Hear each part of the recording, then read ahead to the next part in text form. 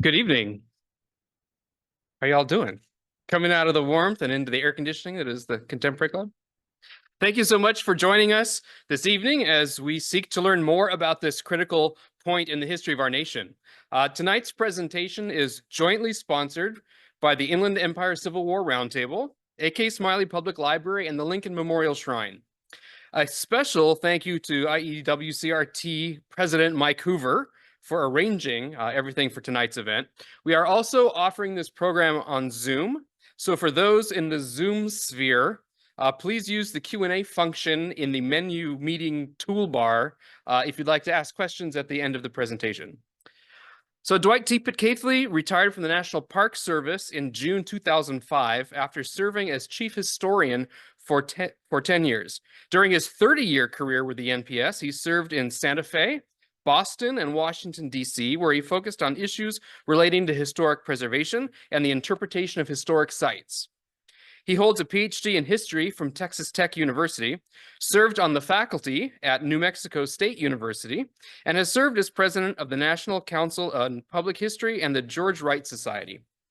If I were attempt to rattle off his impressive list of publications, it would doubtless be longer than this program will be tonight. So I will just mention some of the more recent. The U.S. Constitution and Secession, a documentary anthology of slavery and white supremacy from 2018. The Antiquities Act, a century of American archaeology, historic preservation, and nature conservation as co-editor, 2006. And Chapters in Becoming Historians, 2009. Slavery and Public History, The Tough Stuff of American Memory, 2006. Preserving Western History, 2005. And Public History and the Environment from 2004. Dr. Pitcaithley was last in Redlands just over 20 years ago when he served as a Woodrow Wilson Fellow at University of Redlands and delivered an engaging presentation here at Smiley Library. Please welcome Dr. Dwight Pitcaithley back to Redlands.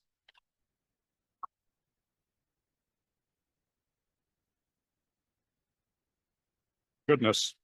Thank you, Nathan. That fine introduction. You might wonder why a reasonably normal-looking fellow would spend 2 decades exploring the secession of the southern states. My wife wonders about that every day. There's a short answer and a long answer. The short answer is I needed a retirement project. Started this in 2005. The longer answer is that 25 years ago, I was chief historian of the National Park Service. And in 1998, the superintendents of the battlefield parks got together in Nashville to discuss common issues. And one of those is how they interpreted the Civil War.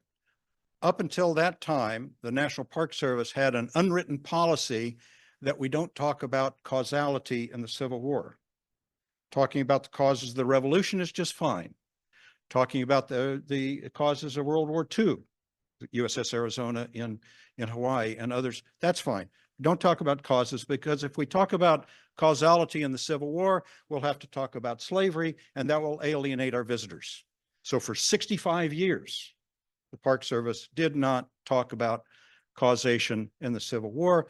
The superintendents in 1998 said, we're going to do this with the sesquicentennial coming up. It's time we accept current scholarship. There was a pretty significant pushback from that, made national news. I walked into my office one day and found a mound of around 1,500 to 2,000 cards and letters protesting what the Park Service was doing. We were being politically correct. We didn't know our history. One letter said, everybody knows that slavery didn't have anything to do with the Civil War until the Emancipation Proclamation, and so on. So it caught my interest. I did not go to Texas Tech as a Civil War scholar. I was a Western history student, but I was intrigued by this gap, as it were, between what scholars understood to be the causes of the war and what a large percentage of the public thought was the cause of the war. So in retirement, I decided that I was going to delve as deeply as I could into the official records of secession. I will confess at that time I had no idea what that meant. I knew what official records were, but I didn't know where to find them. It turns out they are quite voluminous.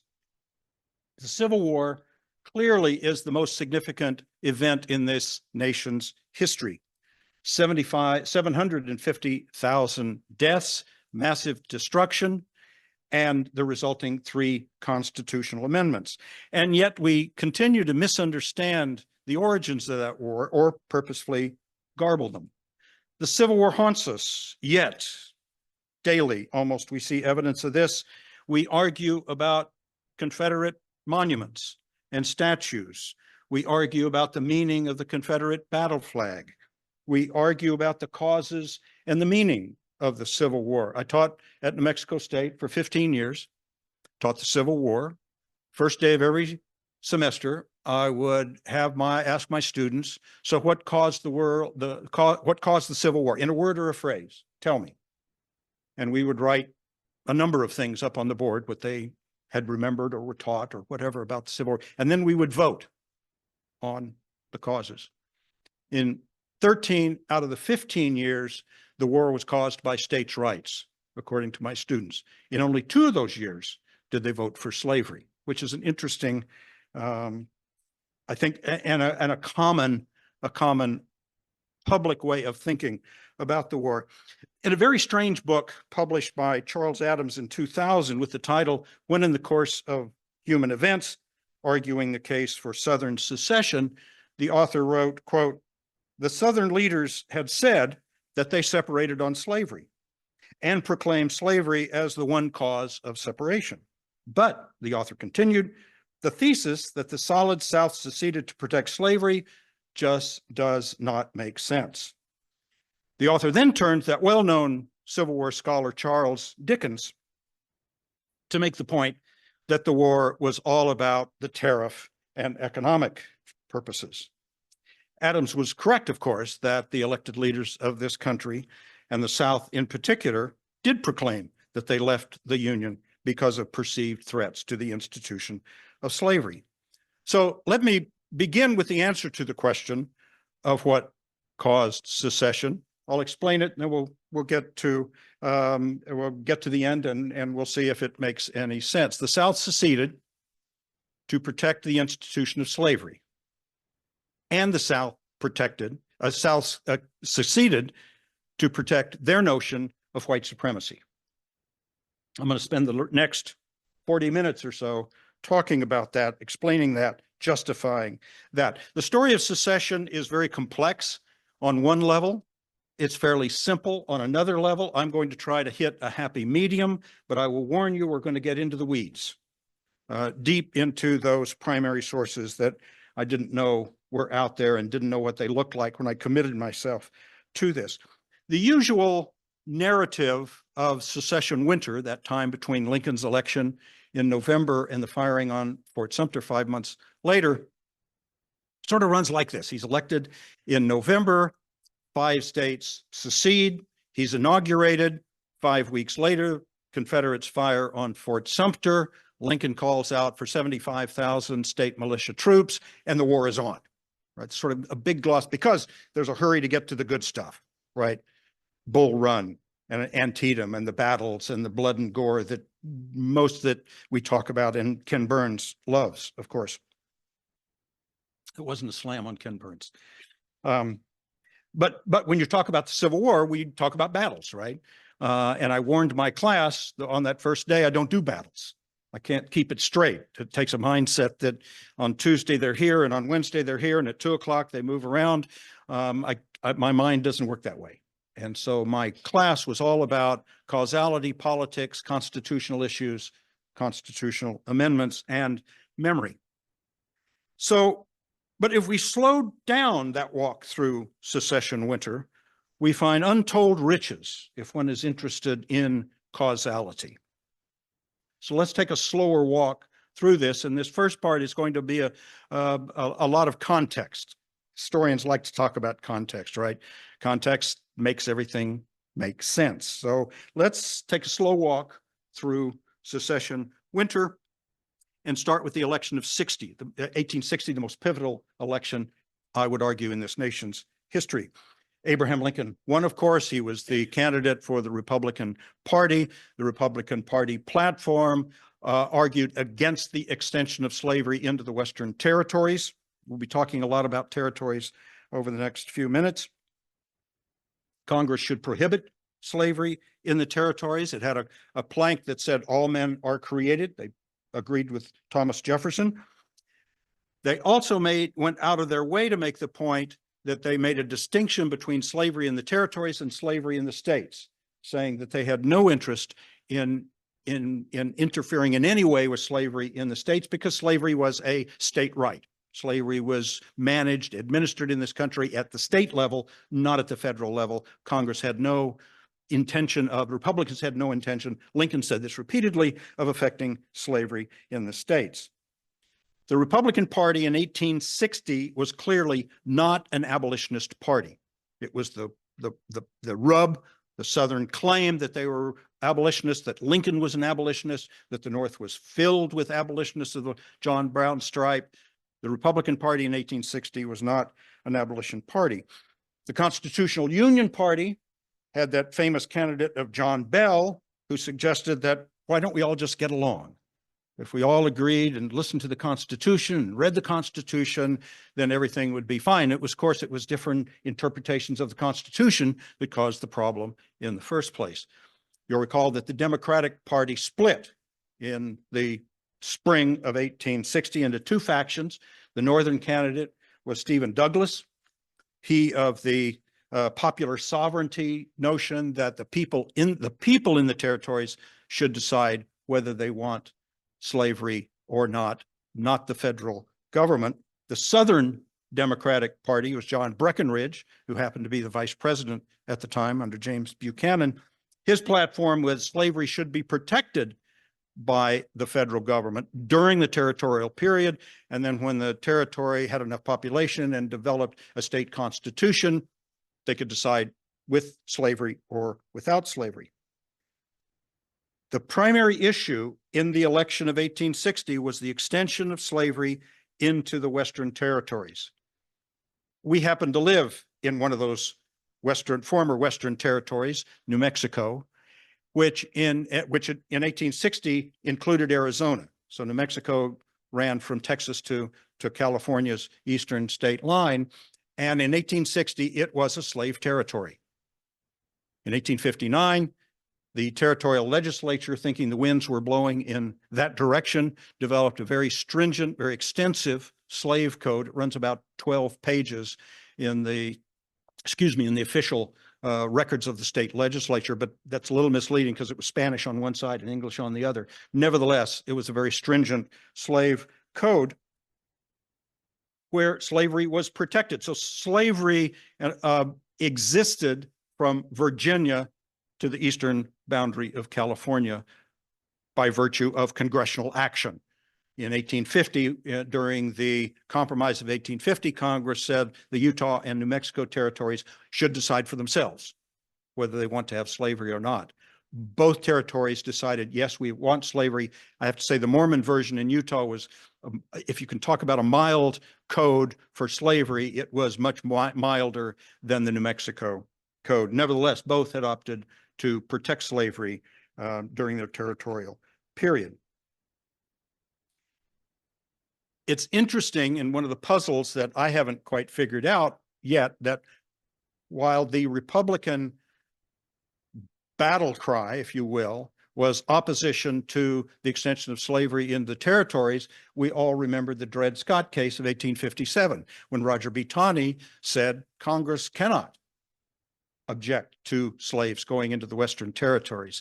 So, but nevertheless, in spite of that, instead of Southerners saying, that's fine, we have the pro-slavery guy as Chief Justice of the Supreme Court deciding that slavery can go into the territories, it became the major issue in spite of the Dred Scott case. Lincoln is elected on November 6th. There are a couple of important points I think we need to remember about that. He was elected as a minority president. He got about 39% of the popular vote. James Buchanan was also a minority president, and of course, there have been others since then. A more important point. So the point there is that most people in this country voted for somebody other than Abraham Lincoln. It wasn't a groundswell of support for Lincoln, but according to our system of government, he did win in the Electoral College. The more important point is that if you look at the congressional races, Democrats won both houses of Congress. Actually, they retained the Senate and won back the House. So for the next 2 years, for the first 2 years of the Lincoln administration, Democrats would control both houses of Congress. Roger B. Taney is still in the heading up the Supreme Court. Didn't leave until he was carried out in 1864, I think. I think he died in 64, left with his boots on. Nevertheless, and this was well known, of course, the results of the election, 7 states seceded between Lincoln's election and his inauguration. 7 states left before he was even inaugurated. They seceded, of course, based on what they thought he was going to do, harking back to my point that they thought he was an abolitionist, he was going to take the slaves away. They seceded not because of something he had done, because he wasn't in office yet. Lincoln is inaugurated on March 4th, and then silence, then nothing. Right? South was very worried about coercion, that he was going to force these 7 states back into the nation. Then on early April, Confederate guns fire on Fort Sumter. He calls out the 75,000 troops, and the war is on. Let's take another pass through Secession winter. I'm trying to break this down, and this time we'll get a little deeper into the weeds. Over Secession winter, once Lincoln is elected, along with a number of other elected officials at the state level and at the federal level, there are these gatherings, these forums, these venues where the elected officials of this country meet to discuss what now. Republicans win the presidency in only their 2nd outing. They are perceived as the abolitionist party by most Southerners. What are we going to do? Well, so the official papers, these primary sources that I were looking for, are the result of these gatherings. And not the most important one of the major ones is, of course, Congress. The 2nd session of the 36th Congress began on December 3rd of 1860, about a month after his election. They deliberated from December 3rd until March 4th, Inauguration Day. Their daily debates and discussions were captured in the Congressional Globe. It's the predecessor to the Congressional Record that we know today. Those 4 months are captured in about 2,000 pages. Those pages look like this. They're 3 columns. It's about 9 or 10 point type.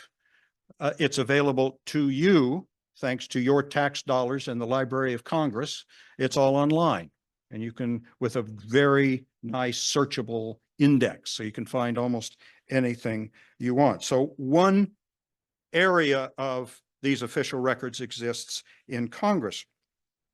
Another very logical one is in state legislatures, right? They met shortly after, different times, of course, but the legislatures meet and decide what to do. Every one of those was begun by a pronouncement by the governor. And I've just started a book on gathering the governor's speeches to their respective legislatures in the months following Lincoln's election, both North and South.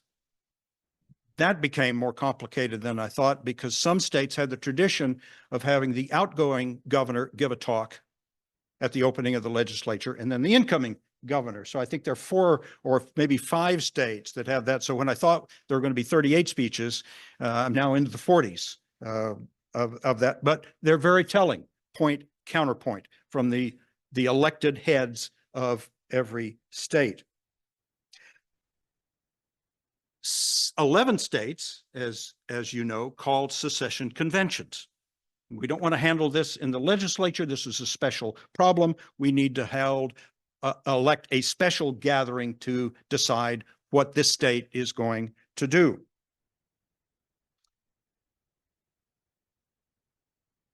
10 of those states seceded. The odd state was Missouri, the only state to call a convention and vote essentially unanimously not to secede, to stay in the Union. I have a book on that coming out next year. It's a very convoluted story, a very split state, but it eventually decided to stay in the Union by a vote of its delegates. Excuse me. Virginia deliberated the longest in its convention, a number of months, and produced, in its current version, 4 volumes. The Library of Virginia gathered all the information and published them during the centennial, 60 years ago, in this 4-volume set, 3,000 pages, a normal type, about 12-point type. So it's a lot easier to read than the Congressional Globe. The 4th collection venue of gatherings, or type of gatherings, was the Washington Peace Conference, called by Virginia in early January. 21 states met the last 3 weeks in February in Washington, D.C. at the Willard Hotel. If you know Washington, you know the Willard Hotel. It's still around. It may be as grand as it was back then. It endorsed a constitutional amendment that protected slavery in multiple ways, an amendment proposed by Senator John Crittenden from Kentucky. I'll talk more about those amendments later, but the Washington Peace Conference produced a volume in 1864 that had about 600 pages, printed pages. So the total amount of those primary sources that I decided to delve in, and not knowing what I would find, runs around 13,000 pages, 13,000 published pages. And most of these today are hiding in plain sight on platforms like Hathy Trust and state sites and so forth. You can sit in your bedroom with your computer and find almost all of these. I am having trouble finding some of them. In every gathering, the elected officials of this country debated 2 questions.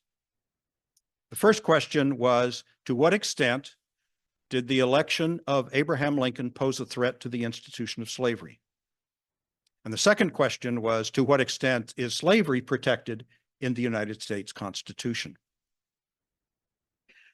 The issue coming in from the election was the issue. There were a number of issues. The top 2 were slavery in the territories, whether it could be protected by Congress or whether the people should vote for it, and the return of fugitive slaves. Those are the top 2 issues that were debated in every one, or discussed in every one of these gatherings.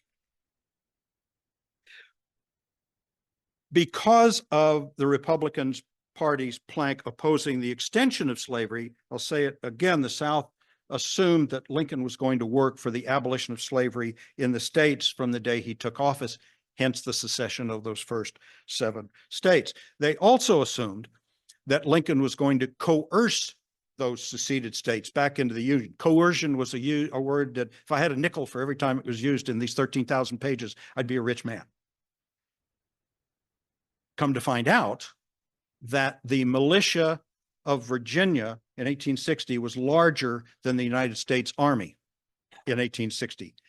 And the United States Army was spread from Washington, D.C. to California. So it spread out. Every state had militia. The throw weight of the United States Army in 1860 and early 1861 was not much. Let's take a deeper dive one more time into these gatherings and talk about secession commissioners. As soon as the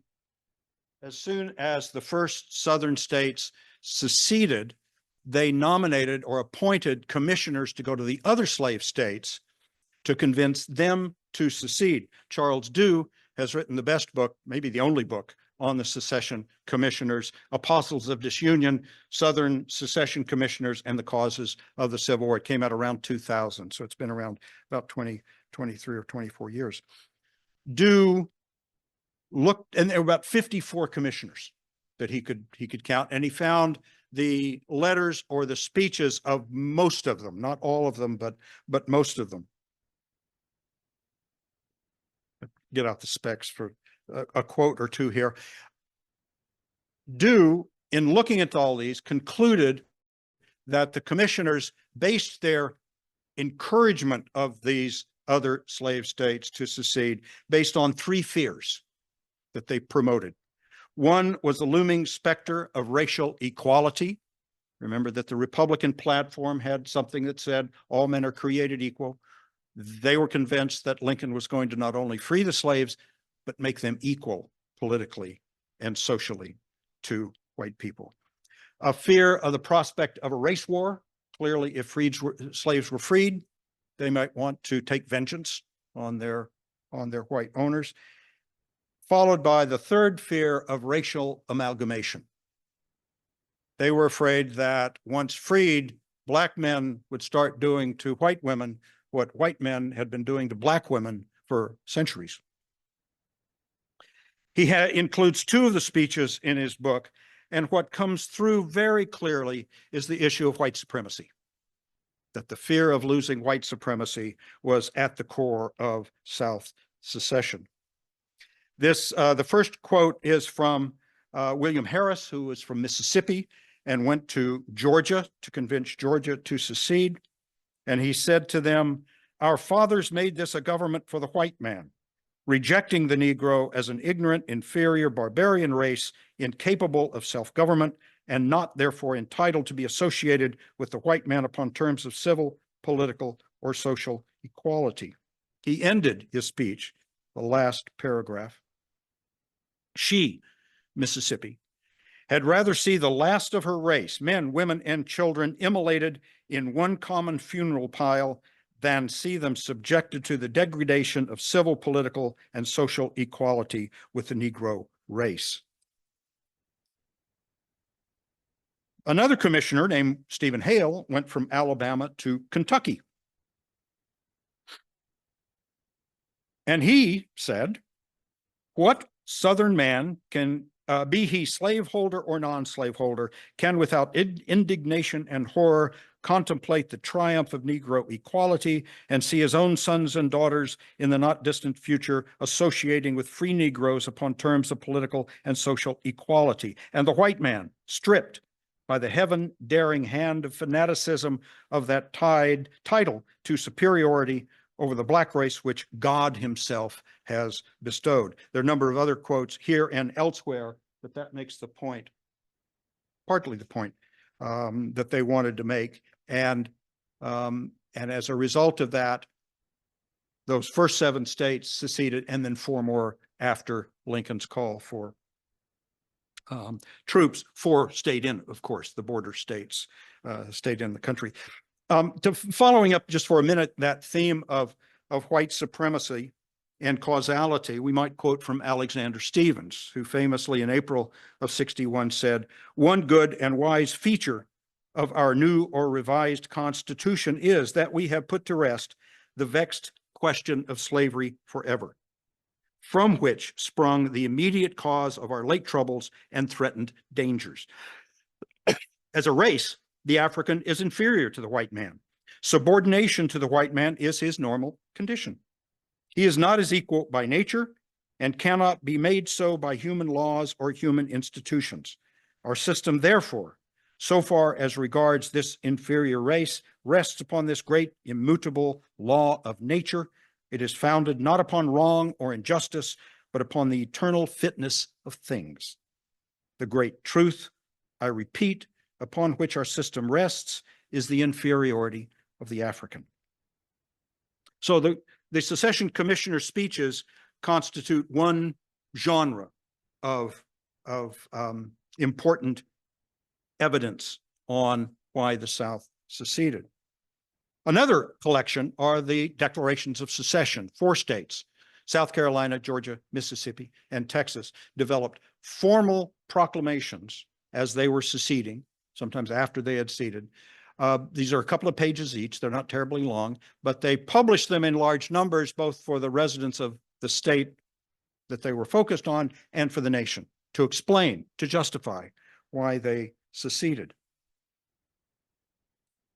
South Carolina was the first, of course, listed a number of grievances but began with the proposition that property in slaves was protected and recognized in the United States Constitution. That was an issue throughout secession winter that was debated. The essential question is, to what extent is slavery recognized? And of course, South and North had different opinions.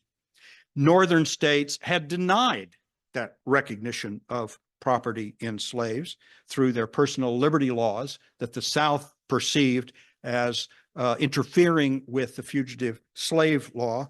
Recent, not so recent, but a mid-20th century book on the personal liberty laws said maybe 2, maybe 4 of them were clearly unconstitutional. The rest were designed to protect the kidnapping of Northern Black citizens. Nevertheless, the personal liberty laws became a main target of secessionists. Mississippi had the shortest one and maybe the punchiest one, if you will, the most direct. The first sentence of the second paragraph begins, "Our position is thoroughly identified with the institution of slavery, the greatest material interest in the world." And that paragraph goes on to say that the Republican attack on slavery was an attack on culture and civilization on the South, and Mississippi had a choice. It could stay in the Union and become slaves themselves, or secede and create a separate nation. Georgia's was the longest and the only one to talk about the tariff. You may have heard that the tariff is one of those causes that has been recently talked about. It's the only one of the 4 that talks about the tariff, and it says the tariff used to be the issue between North and South. Slavery is the issue today. The prohibition of slavery in the territories, I'm quoting, "Hostility to it everywhere, the equality of the Black and white races, disregard of all constitutional guarantees in its favor, were boldly proclaimed by its Republican leaders and applauded by its followers." In short, the purposes of the Republican Party was to subvert our society. And time and again, and certainly in the Southern legislatures and gatherings, they made the point that slavery is a means of controlling society far more than a system of labor. It's a way of controlling society that is largely populated by Black people. Texas, I married a Texan, so I can say this, presents one of the more interesting and rabidly white supremacist declarations. It says the people have, put this in the wrong place. Hold on, give me 1 second. There we go.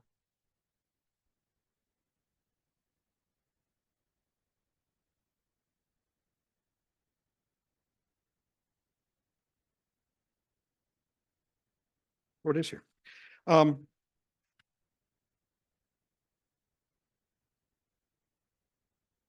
The people of the North had formed themselves into a great sectional party based upon the unnatural feeling of hostility to these Southern states and their beneficent and patriarchal system of African slavery. Here we go.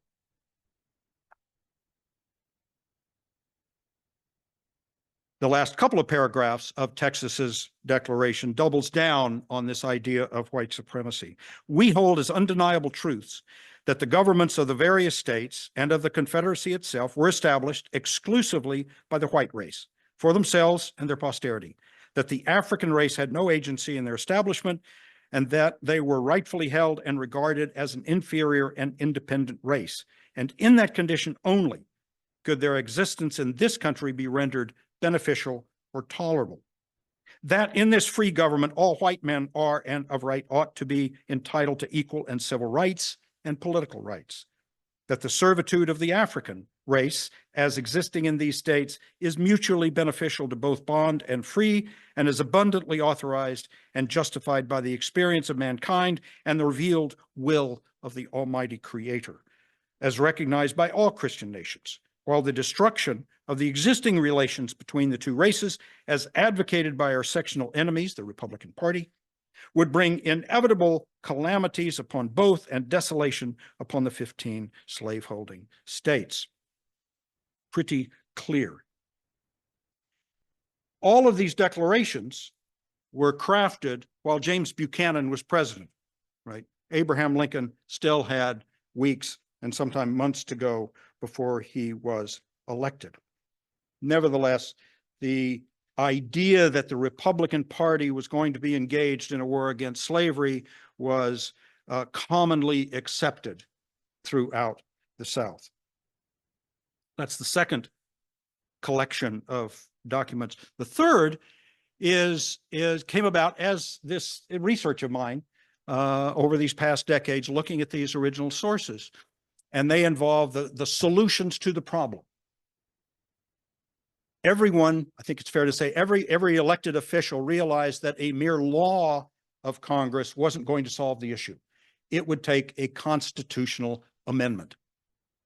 And over Secession winter, 69 separate proposals were made to amend the Constitution. They were made by James Buchanan in his opening address to Congress on December 3rd, by governors of Kentucky, Tennessee, and Virginia, Senator and future President Andrew Johnson of Tennessee, Georgia Senator Robert Toombs, Illinois Senator Stephen Douglas, New York Senator William Seward, a Republican.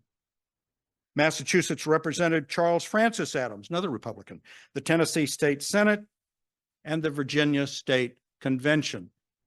Virginians were working on a constitutional amendment. I should say that Virginians proposed more amendments to the Constitution than any other state, 16, and were working on one in early April when they got a telegram from the governor of South Carolina saying the bombs are falling on Fort Sumter, and the convention immediately shifted from staying in the Union to moving out and seceded perhaps a week later.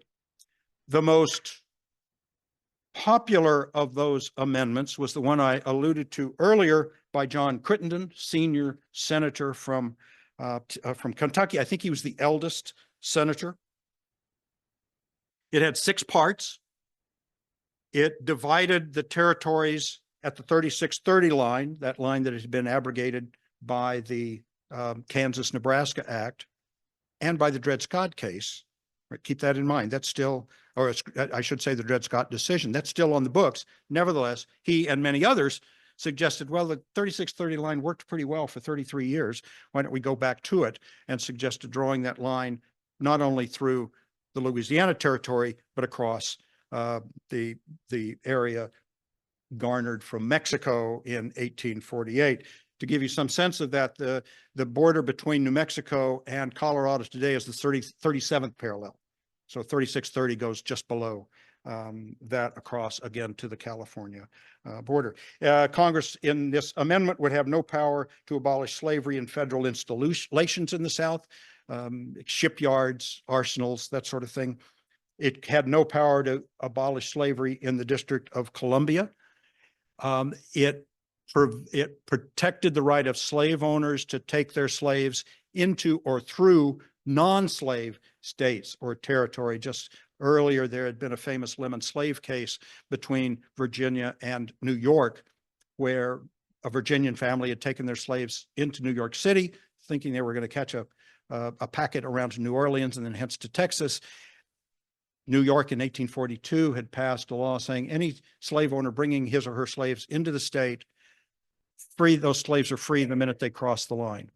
They sailed into New York Harbor. The slaves were taken away from them. The judge deliberated a week and said, my hands are tied. Their slaves are free. They eventually went to Canada. The Lemons went back to the Valley of Virginia.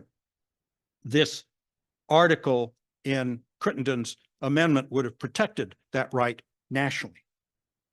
It amended the Fugitive Slave Law of 1850 to make it a little more equitable. And finally, it said Congress has no authority to interfere with slavery in the states, protected slavery in the states. And a final kicker was that the amendment was unamendable by future Congresses. It failed miserably in Congress, but because it covered most of the issues that were concerning the country, it became very popular. In my Kentucky book, there's a lot on John Crittenden, and I have a chapter on the petitions that were sent to Congress, North and South, urging Congress to approve the Crittenden Compromise as the best solution on the table for the impending war. 69 constitutional amendments. Most of them had multiple parts or articles, as they called them. 90% of those 69 amendments were designed to protect slavery in the United States Constitution. Up to this time, slavery had been protected at the state level. But every one of these elected officials who proposed, I should say 90% of those that were proposed were designed specifically to move those protections from the state level to the federal level. 90% proposed protecting slavery in the Constitution, 58 dealt with slavery in the territories, 49 with fugitive slaves, 38 with slavery in the District of Columbia, 35 with the transit of slaves, the lemon slave case idea, 33 with slavery in federal installations, and 2, both from Virginia, protected or were opposed to protective tariffs. It's the only 2 times that the tariff is mentioned. This 2 out of 69. I think we could put the idea that the tariffs had something to do with secession to bed. I can go one further. If you add up all those articles in those constitutional amendments, it adds up to around 350. So 2 articles out of 350 dealt with the tariff. 90% or more of the others dealt with protecting slavery. The 11, I should say, were specifically designed to nationalize slavery.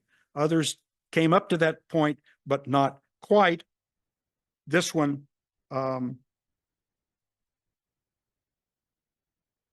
these 11 were designed specifically to protect slavery at the national level universally, identifying slavery as property that needed to be protected.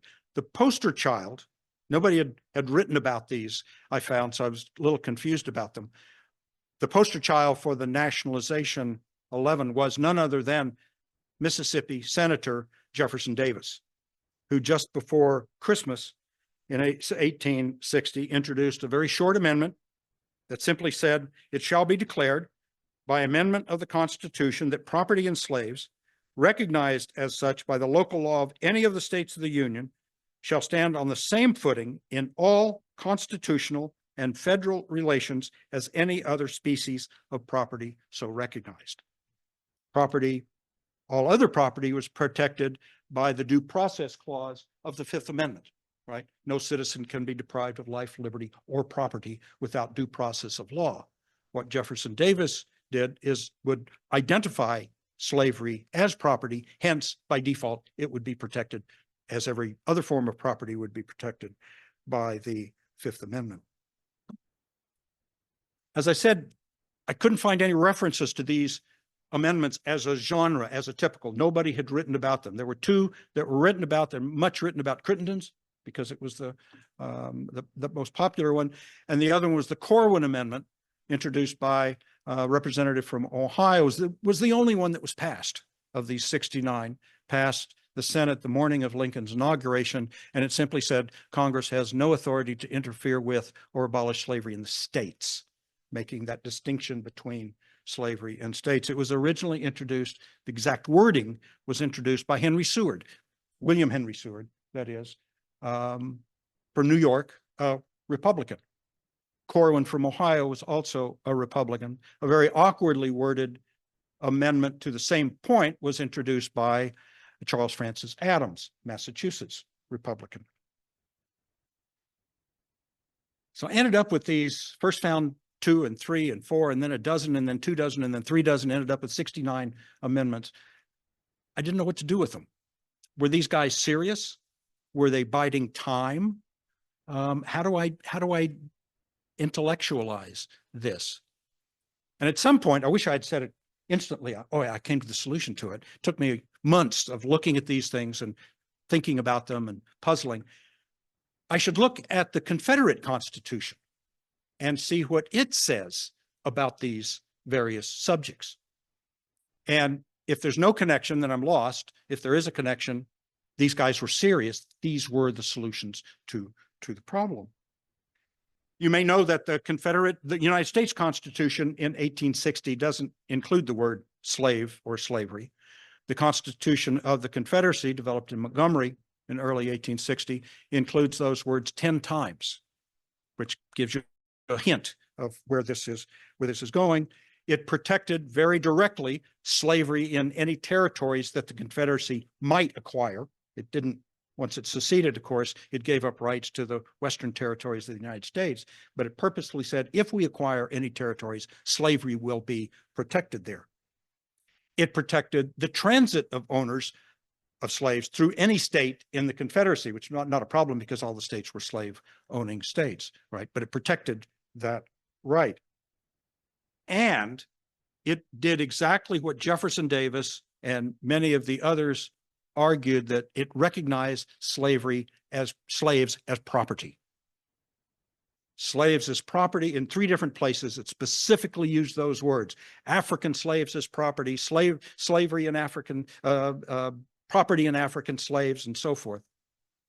It also, you probably know, took those 12 amendments, the extant amendments in 1860, and moved them directly into the body of the Constitution. There are no afterthoughts in the Confederate Constitution, including the due process, unamended, move them directly in. So the Confederate Constitution included the Fifth Amendment, which is no longer the Fifth Amendment. I think it's the 12th Amendment, 12th article, somewhere in the Constitution, that specifically protects property and protects slave property.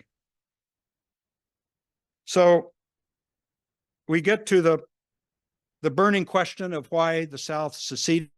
I will return to that. The South seceded to protect the institution of slavery. They seceded to protect white supremacy. And looking at those constitutional amendments, many Southern elected officials were very willing to give up state authority for the protection of slavery to gain federal authority for slavery. It's at the other end of the spectrum from the term of states' rights. The evidence is very clear. Why don't we believe them? Why do we not believe John Tyler Morgan, a delegate to Alabama State Convention, who said, "The ordinance of secession rests in a great measure upon our assertion of a right to enslave the African slave, or what amounts to the same thing, to hold them in slavery"? Why do we not believe G.T. Yelverton, also delegate to Alabama State Convention, who said, "The question of slavery is the rock upon which the old government split. It is the cause of secession"? Why do we not believe Kentucky Senator John Crittenden, who said, "The cause of this great discontent in the country, the cause of the evils which we now suffer and which we now fear, originates chiefly from questions growing out of the respective rights of the different states and the unfortunate subject of slavery"? Why do we not believe Arkansas Governor Henry Rector, who said, "The extension of slavery is the vital point of the whole controversy between North and South"? Why do we not believe Thomas Good, a delegate to Virginia's state convention? The great question, which is now uprooting this government to its foundation, and the great question which underlies all our deliberations here, is the question of African slavery. Why do we not believe Sam Houston, Governor Sam Houston, when he said, "Our people are going to war to perpetuate slavery, and the first gun fired in the war will be the death knell of slavery"? Why indeed do we not believe them? Thank you.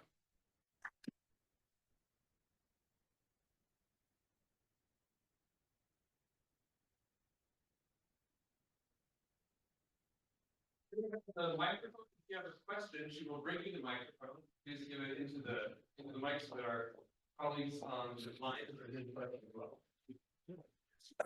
First, thank you. But can you explain how the secessionists and these various groups in the documents you looked at dealt with sort of the 3/5 rule that came out of the original Constitution?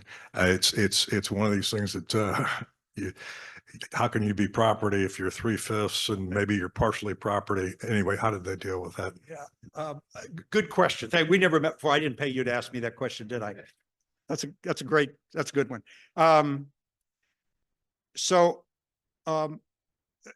for most of the 1850s, the decade leading up to the war, it was assumed, with some exceptions, that slavery was governed by state law, right? It's only late in the decade that Southerners wanted this slave code for the territories. They wanted slavery protected by the federal government.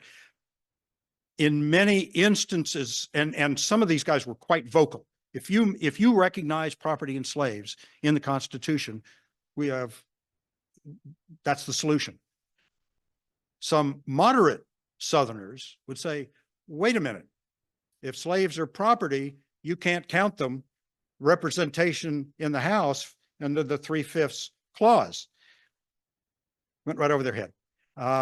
So the question is, what did the Confederate Constitution do? On the one hand, right, it identified slaves clearly as property, as clearly as it could be, and they kept the 3/5 compromise in. They had their cake and they ate it too. I can't explain it any better than that. I get it. Yes. Here comes a microphone. Yellow shirt. Oh, Right on me.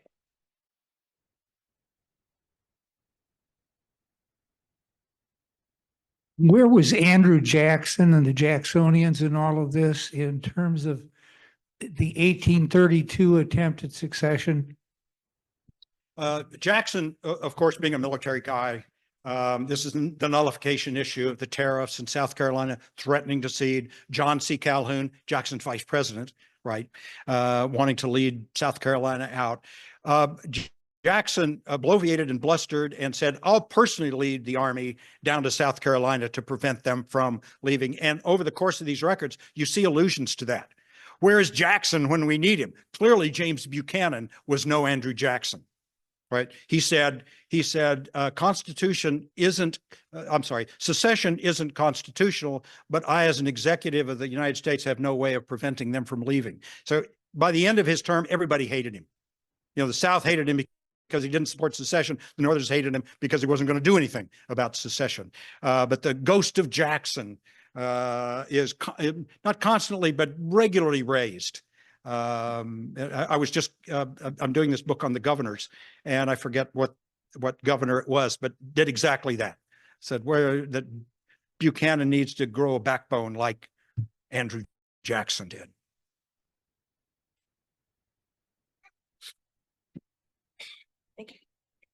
hi. I've always wondered if the South had won the war, as many claim they did, do you think slavery would have thrived to today? Would it die under its own weight? Would it? I'm asking to prognosticate, but that's something I've thought about. It's one of those counterfactual questions, isn't it? That I've got to guess a lot.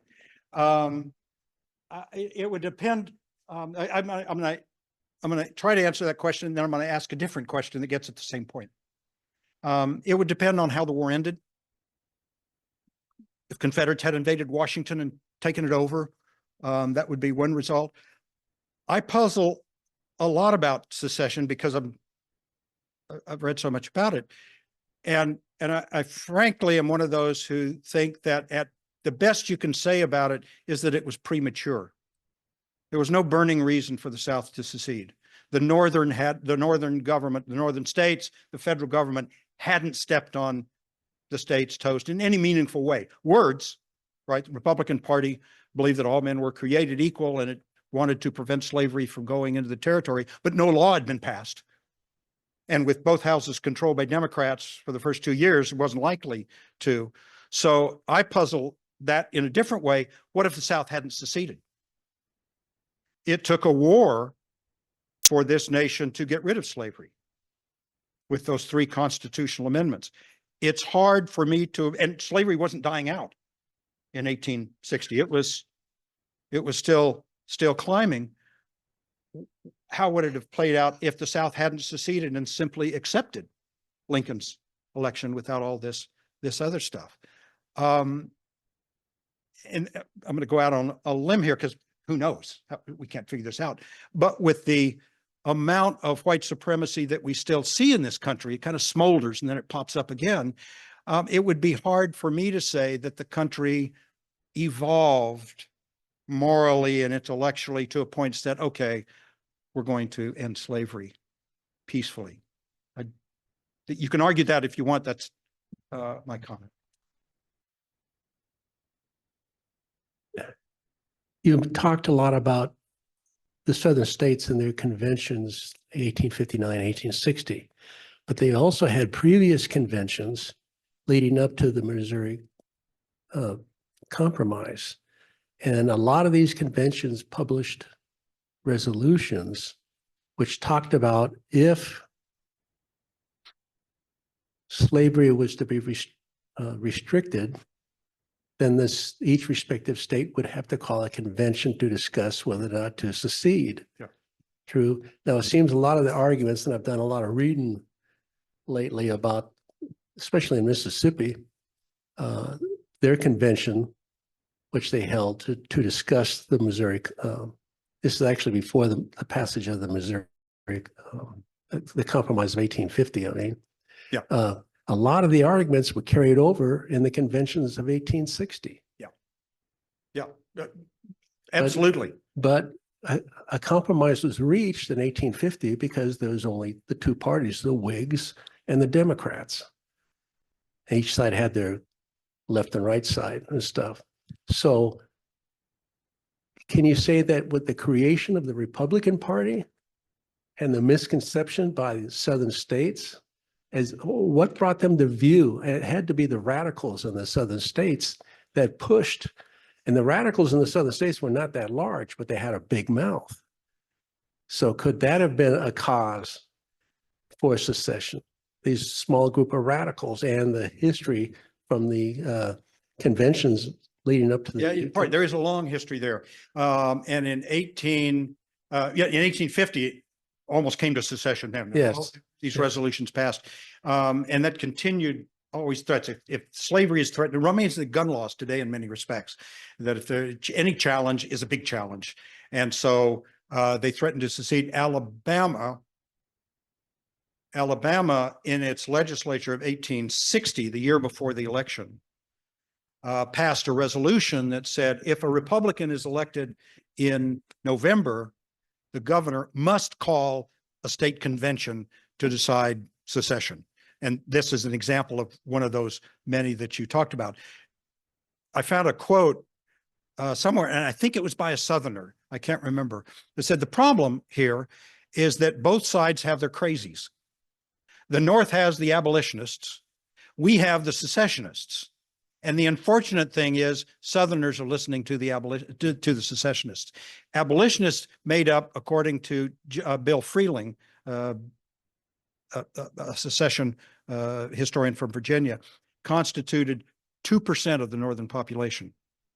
But as you pointed out with secessionists, very vocal, very obnoxious if you're a Southern owner, right? I mean, they just kept, I forget the abolitionist name in Boston, that beginning in 1830, a newsletter that called Southerners and slave owners all sorts of horrible things. 2% of the election, a small group of secessionists at the beginning of 1860, but they became more believed. And I think I wrote in the Virginia book, which is just out, that political prevarication has a long history. These politicians then are exactly like politicians today. They'll say whatever they think that you can consume, right? And outright lies across the board. The Republicans have taken over the federal government and then periodically somebody say, wait a minute, they only got the White House. There are three branches of government. They have the White House. Democrats have the House, the Senate, and the Supreme Court. Don't get too concerned. But that overrode it. Was a passion. And I'm thinking of, I'm sort of making notes of ending this series, wherever this series is going to end, with a small book that gets deeper into, so what was this about? Was it just the madness of crowds of people? And we've seen politically how that can work in today's. Think back then, there's no internet where people can check facts. Southern papers were Southern papers. Newspapers actually were divided between Republican papers and Democratic papers. There were both in the North.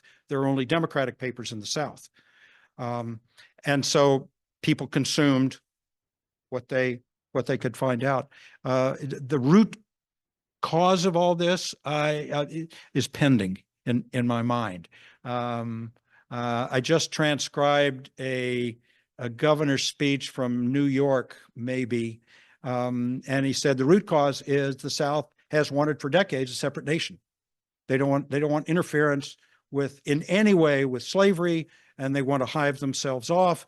They wanted to annex parts of Mexico, parts of the Caribbean. Both the Democratic platforms of 1860 proposed annexing Cuba, a slave country. One, I think the Breckinridge platform said sooner rather than later. And if Spain won't sell it, we should take it because it's moved. So they were this empire, and there were a couple of books fairly recently written on the Southern quest for a Southern empire, a Caribbean empire, both Mexico, the islands, even in Central America and such, and filibustering throughout the 50s of Southerners going and trying to stir up stuff and get that country annexed to. It's a good question. I'm not there yet. We've got a few questions online. Well, good. So the first is, one argument I've heard is that before 1848, the major events that split North and South occurred over a relatively long period of time between them. After 1848 and through to 1861, the chain of events sped up. In almost each one of these years, a major event occurred, and there was, in this argument, no cooling off period as there had been before 1848. From your research and analyses, do you see this speeding up of events as an important factor in the drive for secession? I think that's a fair assessment. Speeding up is probably not the way I would characterize it, but again, the 1850 compromise, the South threatened to secede. I think they're the Alabama resolution. So it says if the federal government ever intrudes on the institution of slavery, we have a right to secede, and others. But during the decade of the 50s, there were a number of events that kept the pot boiling, or I should say, increased the boiling of the pot. Harriet Beecher Stowe produced her book, Uncle Tom's Cabin, very early in 1852 or 1853. Charles Sumner was almost beaten to death on the Senate floor by a representative from the South because of a speech he made about the Kansas-Nebraska Act and the South wanting it for, as he said, the harlot slavery, and named this man's uncle, I think, and beat him senseless with a gutta percha cane, a kind of a flexible cane, broke the cane over his head, instantly resigned, and was instantly reelected to the House. You get bleeding Kansas with both forces going in. You have John Brown's raid in 1859, and that was, it's interesting, and I've been thinking about that one recently. The South could have easily said, what a bumbler he was. I mean, he launched into this nonsensical attack on Harper's Ferry. It failed miserably. The federal government, Robert E. Lee and Stonewall Jackson, heading the United States Marines, controlled him very quickly. He was tried. He was executed. We're pretty safe. Instead, they adopted the other option. The North is filled with John Browns, and they're coming to get us. And so it was one thing and another. I guess it is, that does sort of indicate a speeding up of the tensions between the two. And then you have James Buchanan in the catbird seat watching all this. Very interesting, weird, strange man who was sort of very pro-Southern, very pro-slavery until the very end. And then he saw people are seceding. People are listening to these accusations of the Republican Party, but felt himself helpless to do it. So I think that's a fair question. Next question asks, were the secession commissioners plantation owners? I have no idea. Charles Dew probably does. My guess is at least they were slave owners, but I cannot confirm that.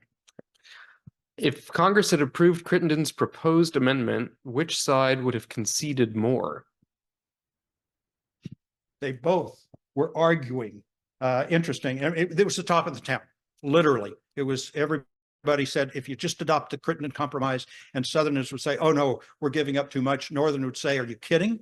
We're not giving up this. So they both felt they were giving up something. And it's how you read the tea leaves. Southerners would say, why should we give up opportunities of taking slavery north of 3630 when the Chief Justice of the Supreme Court has said just 3 years earlier, we can take them anywhere we want. Right.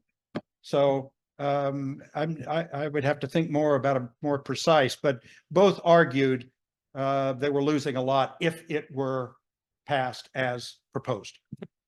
If these secessionist drivers were a numerical minority in their respective states, how did they, the fire eaters and their ilk, convince the majorities in their states to support them if their views focused on the prioritizing of slavery and property rights? That may be a question of why did they follow when most Southerners didn't own slaves? It might be that one of the common arguments you've heard it. The South secession couldn't be about secession because most Southerners didn't own slaves. It's very true, but it's not true that there's a lack of connection because most Southerners, or many Southerners, aspired to own slaves. They were renting slaves, and the power, the political power of the South was among slave owners. Clearly, the percentages in the legislature, the percentages in these conventions, they've calculated the vast majority were slave owners in the South, and they drove it. Southerners, non-slave owners, Southerners benefited, as it was said, because in that society, they're not on the bottom rung.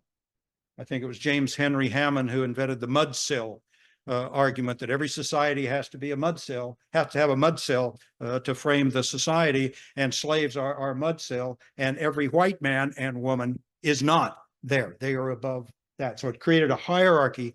I'm not sure how much of that actually was true as it played out, whether plantation owners really socialized with the blacksmith, the white blacksmith in town. Nevertheless, and one other point, slavery, as I sort of alluded to, it was far more than a system of labor. It was a system of organizing society. And they said this repeatedly. In fact, when they talk about slavery, they talk about the social organization of the South. And that speaks to slave owner and non-slave owner alike. Question asks if you could expand upon slavery in the West and the role of Mormons in preserving the institution, specifically in California, and asks too if you are familiar with the story of Biddy Mason and her freedom suit in 1856. It's a big question. Let me take the last one first. I heard about Biddy Mason last night at dinner. There are other people in the room who can speak to Biddy Mason. I cannot, the only part I know, I haven't traced that, but I have a copy of the Mormon, the Utah slave code. It's very brief and it's, again, very benign. I don't know how many slaves were in Utah. I know that there were roughly 25 slaves in New Mexico, again, from Texas to California, brought in mostly by military personnel, Southern officers who wanted them in. And the New Mexico delegate to Congress, let's see if I can pull out his name, Manuel, or I better not speak, I can't remember. Territorial delegate to Congress. He married a Southern gal from South Carolina, and her family were sort of fire-breathing secessionists, and he drank the Kool-Aid. And he came back to New Mexico and convinced the territorial legislature to pass this extensive slave code because he thought the winds were blowing in that direction. This is December, I think, of 1859. Just after John Brown's raid and execution. Then the winds clearly started going the other way, and they pulled the law, I think, in February of 1862.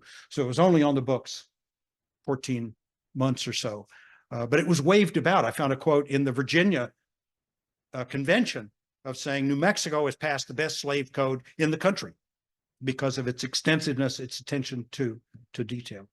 And I think one last question, and this one will be from online. If one of the biggest reasons for secession was the fear of losing white supremacy, could you elaborate on the other deep-seated fears and why these facts aren't typically addressed in our academic institutions?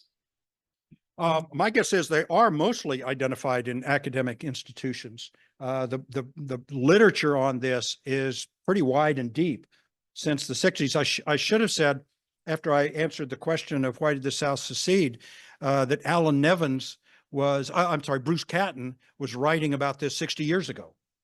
He wanted to get to the military side of it, as did the other of that period. But if you read it carefully, he's saying the same thing. It's kind of lost in the fog of the trees of the war itself. But Alan Nevins, and Bruce Catton made it very clear that it was both about slavery and maintaining white supremacy. I think in academic circles, it's largely discussed in that way. And there are a number of books that have come out on the making of the Confederacy that are designed as textbooks, and they say the same thing. Dr. Pitcaithley, thank you so much for making the trip out to Redlands. Thank you. Thank you.